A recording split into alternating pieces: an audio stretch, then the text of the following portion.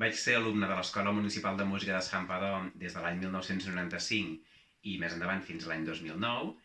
i vaig estudiar piano, clarinet i cant i tinc molt bon record d'altres assignatures com cant coral, conjunt instrumental, combo i música de cambra.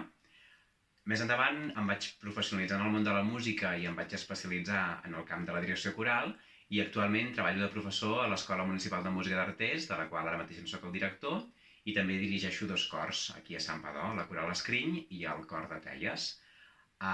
Recordo de manera molt especial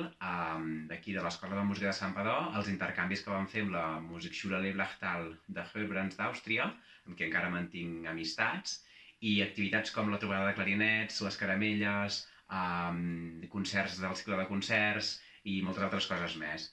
Desitjo que sigui un gran any d'aniversari per l'Escola Municipal de Música de Santpedor i que per molts anys.